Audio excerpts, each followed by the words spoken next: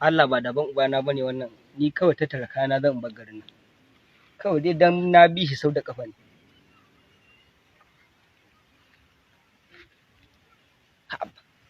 Wannan masifa da mai tai kama.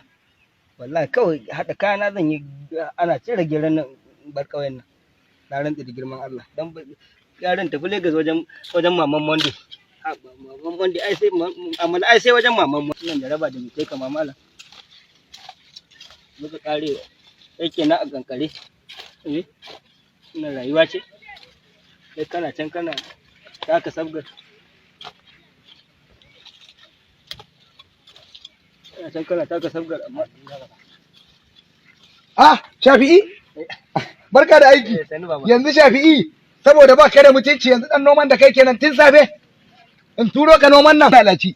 Yanzu abin da zan gaya maka, gonan nan tun kana gobe in ka fito ka samu wani ka raba gonan nan biyu ka sayar da rabi.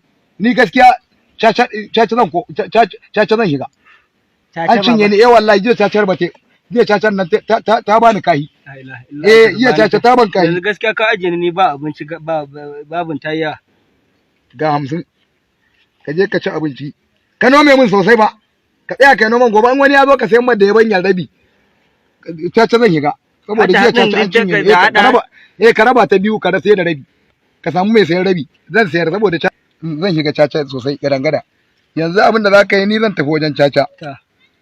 Zan tafi ina can wannan malam Badaru ya himfuda bajau. Da hida baba wannan baba na ƙauye. Suna can da in yi caca. Wannan in an cinye ni to in kuma ba a cinye ni ba zan ƙara ma. Ka je in ka tayi ka sami abinci ka siya. Ni kuma wannan zan dan sha sigari na in je dan zuba hauran a caca mu ga me gari iwaya. To yawwa. To ni na tafi. Allah wannan ba daban ubana bane ba wallahi na canza shi. Da mun ga ka kekere da kai kamar fatanyan nan ka tafi wata caca a dade cinye ka. Kai yar uba wannan uba na sunan wata unguwa a Kano ban shekara.